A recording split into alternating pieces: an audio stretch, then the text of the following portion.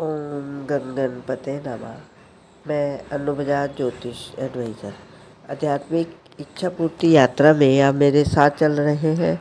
शिव महापुराण की कथा में 17वां अध्याय सुन रहे हैं।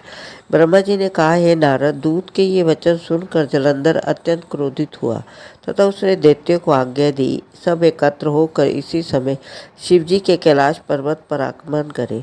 ये सुनकर समस्त सरदार एवं सेनाध्यक्ष अपने अपने शस्त्र लिए चतुरंगनी सेना के साथ चल दिए। उस सेना में 1 करोड़ दैत्य, 500 करबंद तथा 100 कुलधूम, चल, कालक, ध्रुव, मूरज, कालनेमी आदि को आज्ञा देकर जलंधर स्वयं भी घर से जलता भुनता हुआ निकला। उस समय उनकी पत्नी ने उसे बहुत समझाया तथा हाथ जोड़कर उसे मना करते हुए ये कहा, हे स्वामी, शिव जी से युद्ध करके अब तक कोई नहीं जीता। देवताओं के बड़े से बड़े सहायक विष्णु तुम्हारे घर में ही है, अतः तुम वहाँ से न जाओ। परंतु जलंधर ने मृत्यु के वशीभूत होने से उनकी भी एक बात नहीं मानी। वह उसी प्रकार क्रोध से भरा हुआ चल दिया। हे नारद, जब मृत्यु आती है तो बुद्धि भ्रष्ट हो जाती है।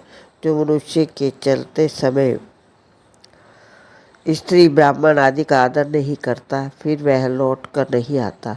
अस्तु, सब के आगे शुक्र, फिर जलंधर, उसके पीछे समस्त सेना चली। पहले तो जलंधर को राहु दिखाई दिया, फिर मुकुट को सिर से गिरा। शुंभ निशुंभ दोनों को सेनापति नियुक्त किया गया तथा कालनेमी भी जलंधर की आज्ञा पाकर सेना सहित चला। इस प्रकार और भी अनेक दैत्यवंशी राजा कैलाश पर्वत पर चले। जब जलंधर सेना सहित नगर से कुछ दूर बाहर पहुंचा, तब विष्णु जी ने देवताओं को बुलाकर ये कहा कि अब हमारे कष्ट दूर होने का समय आ गया है, इसलिए तुम सब गुप्त रूप से शिव जी के पास जाकर जलंधर के आक्रमण का समाचार कहो। विष्णु जी के उस आदेशानुसार देवता छिपे छिपे शिव जी के पास पहुँचे। स्तुति करने के उपरांत उन्होंने शिव जी से जलंधर के आक्रमण का समाचार पूरा पूरा कह सुनाया तथा जलंधर के वध की इच्छा प्रकट की। शिव जी ने जब देवताओं के मुख से ये समाचार सुना तो हंसते हुए कहा, देवताओं, अब तुम सब लोग धैर्य धारण करो, तुम्हें कोई कष्ट ना होगा। ये कहकर उन्होंने विष्णु को बुलाकर पूछा, हे विष्णु जी, तुमने जलंधर को क्यों नहीं मारा तथा वैकुंठ छोड़कर उनके घर में वास क्यों किया? शिव जी के ऐसे वचन सुनकर विष्णु जी ने उत्तर दिया, हे शिव जी, जलंधर बहुत बलवान है, वे कोटि यत्नों से भी नहीं मर सकता। वे आपका अंश है, इसलिए उस पर किसी प्रकार का शस्त्र का प्रभाव नहीं होता। मैंने उसके साथ बहुत युद्ध किया, परंतु वह किसी प्रकार भी न मरा। उसकी मृत्यु आप ही के द्वारा होगी। अस्तु, अब आप कृपा करके उसको मारें। आप आकाश से लेकर पृथ्वी तक के स्वामी, तीनों गुणों से पूर्ण। ये सुनकर शिव जी बोले, हे विष्णु, जलंधर हमारे अंश से उत्पन्न हुआ है, इसलिए हम उस पर त्रिशूल नहीं चला सकते तथा त्रिशूल के अतिरिक्त जो भी हमारे पास अस्त्र है उनका जलंधर पर कोई प्रभाव न पड़ेगा।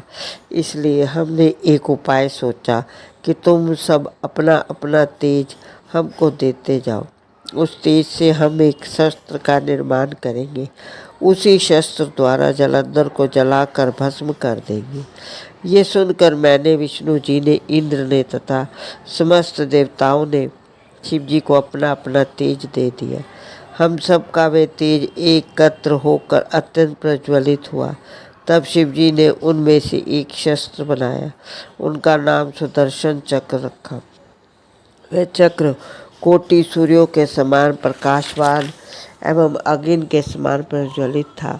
सुदर्शन चक्र के बनाने से जो तेज शेष रह गया, उससे शिवजी ने वज्र बनाया। ये देखकर सभी देवता अत्यंत प्रसन्न हुए। हे नारद, इतने में ही जलंधर कैलाश पर्वत के समीप पहुंच गया। उसने पर्वत की एक कंदरा में सेना सहित डेरा डाल दिया। तब सब देवता उसे देखकर छिपे छिपे अपने स्थानों को जहाँ वे पहले वास करते थे चले गए। शिवजी के गणों ने देवताओं की सेना के आगमन के पूर्व ही शिवजी को समाचार दे दिया।